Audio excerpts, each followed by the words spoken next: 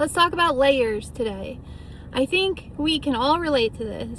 The movie Shrek, maybe, about how he talks about how onions have layers. And I think over time, as we go through experiences in life and learn to adapt and learn to contort ourselves to protect ourselves, we start to build these layers, right?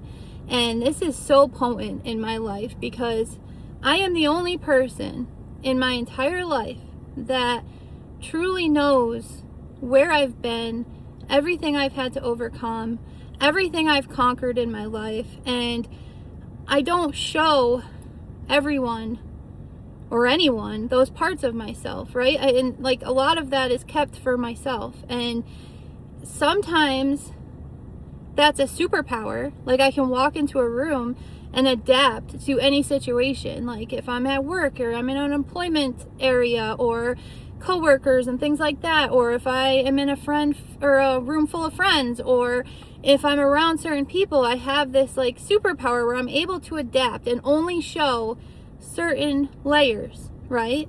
But then at the same time, there's duality there because I don't necessarily want everyone seeing those layers, and some people might get close enough to see deeper and a little deeper and a little deeper, but I have never had anyone truly see the full extent of my layers to the core. And I feel like with an onion, you get to, from the hard outer layer, you get to these softer layers, and then inside it's the softest layer, and they make you cry, and they make, like, it's a good analogy because at the center of everything is my heart and the way that I express my heart to people and give my heart to people. And sometimes that life and healing all of this time and going through that journey, now people see the peaceful side of me, right? Because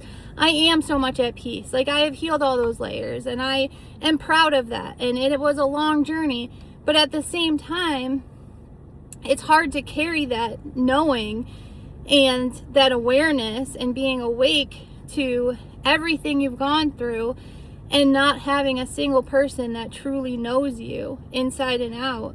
And I think sometimes I long for that, to be able to just let it all go and have someone see all of those layers to the deepest parts of me. And obviously that hasn't happened yet, but not that it won't, right? Maybe at some point I'll meet that person that I feel comfortable enough to unveil all of those layers. But I think a lot of people can relate to this. Like, it's not even just about someone who has been through traumatic and grief, like all of these things, right, throughout life and had to really go through it. But everyone has these layers. Everyone has these parts of themselves that, you go home and you're alone, and that's your time to fully be yourself, to fully unleash all of those layers and just be you. And it's interesting to think about. And I want to know, like, is there other people out there that relate to this, that relate to holding this piece of themselves, like, I don't know, it's like I can't let it go, like that little piece of me that is just for me, and no one else gets to see that, and no one else truly knows how deep that goes, how deep those layers go. And they're very deep, and I have built up these walls to protect my peace and protect my joy and protect who I am now, because I've worked so hard to get here, and it's so important to me to have those pieces of me and keep that at the forefront over, all the past stuff. Like, that's all behind me now, but it's still a part of me, right? It's still what made me who I am today, and I am all of those pieces. So comment, because I really want to know if others relate to this, if you have pieces of yourself that you can't give others, or if you've experienced this and then you were able to do that and open up with certain people and you found your person and you were able to actually be fully yourself for the first time in your life. So I want to know. Let me know how deep your layers go, or if you relate to this analogy of being an onion.